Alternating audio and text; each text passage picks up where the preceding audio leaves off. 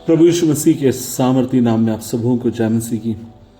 आज के मनन का भाग हमने लिया है जो हमें मिलता है लूका रचित सुसमाचार अध्याय 11 उसकी 1 आयत लिखा है। चेलों ने कहा, प्रभु हमें प्रार्थना करना सिखाइए जैसे यूहन्ना अपने चेलों को प्रार्थना करना सिखाता था।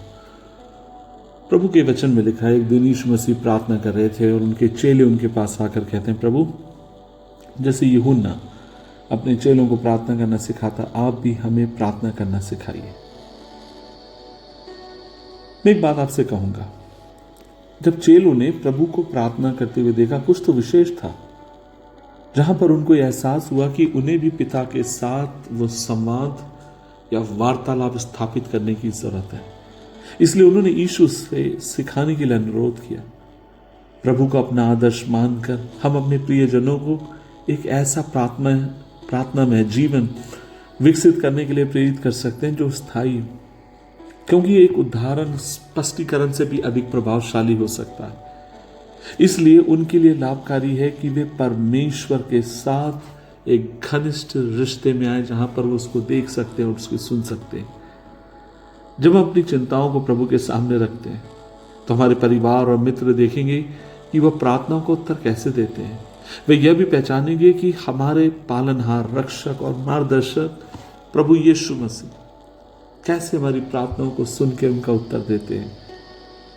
एक बात मैं आपसे कहना चाहता हूं, हमें इस बात को समझना होगा कि प्रार्थना का अर्थ केवल विषय सूची परमेश्वर के सन्मुख लेकर जाना नहीं है।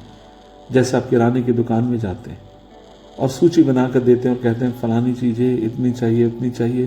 प्रार्थना का अर्थ वो थोड़ी है, बल्कि प्रार्थना का अर्थ है परमेश्वर के साथ एक ऐसा संवाद या उसके साथ की एक ऐसी वार्तालाप जो उसके साथ हमारे संबंध को घनिष्ठ करता है। जब वे उनकी स्तुति और महिमा करते हुए सुनेंगे, तब लोगों को एहसास होगा कि प्रार्थना स्वयं पर केंद्रित होने की बजाय ईश्वर पर केंद्रित होना है। कई बार क्या होता है, जब हम प्रार्थनाएं करते हैं तो हम अपनी महानता बताते हैं, प्रभु मैंने ऐसा किया, वैसा किया, दुख उठाया, ये किया, और आप सही होंगे।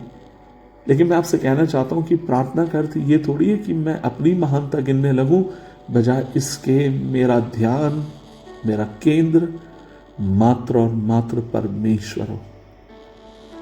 और जब हम बाइबल को पढ़ते हैं तब हमें यह भी पता चलता है कि हमारी प्रार्थनाएं परमेश्वर की इच्छा के अनुसार होनी चाहिए।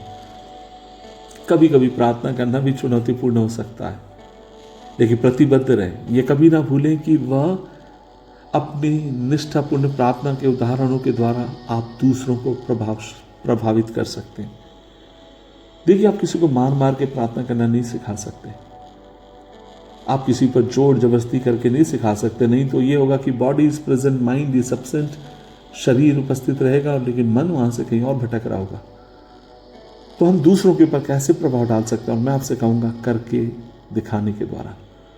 मैं याद करता हूं, बहुत साल पहले, लगभग 21 साल पहले, मैं रायबरेली नामक एक जगह पर मिशनरी होके था। मेरे साथ वहाँ एक जवान भाई था जिसका नाम शांति था। वो बहुत ही जूनियर था। कुछ समय पहले उसने बाइबल स्कूल से अध्ययन करके वो आया और मेरे साथ उसे रखा गया।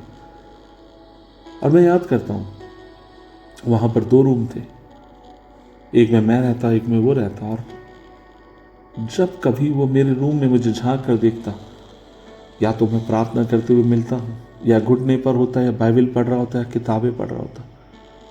और मैं हैरान था इस बात को देखते हुए। कुछ समय बीतने के बाद जब मैं उस जवान के रूम में झांक कर देखता, या तो मैंने उसको बाइबल पढ़ते हुए देखा, प्रार्थना करते हुए देखा, या परमेश्वर के साथ समय बिताते हुए देखा। मैं आपसे क्या कहना चाहता हूँ, हमारे शब्दों से ज्यादा जोर से पुकार कर अगर कोई चीज बात करती है तो वह हमारा जीवन है। मेरी प्रभु से प्रार्थना है, हम ना केवल मुंह से प्रभाव डालने वाले हो, वरन परमेश्वर हमें कृपा दे कि अपनी जिंदगियों के द्वारा हम दूसरों पर प्रभाव डालने वाले हो। आइए प्रार्थना करें। प्रभु जी, हम धन्यवाद देते हैं इस दिन के लिए, आपकी प्रार्थनाओं के लिए, आपके जीवन के लिए, और जो प्रभाव आपने अपने चेलों पर डाला, प्रभु धन्यवाद। हम प्रार्थना करते हैं, आप हमें अनुग्रह दीजिए। हम दुआ करते हैं कि प्रभु हमारी जिंदगी औरों को प्रभावित करे, आपके निकट लाए। यीशु मसीह के नाम से मांगते हैं, आमीन, आमीन, आमीन।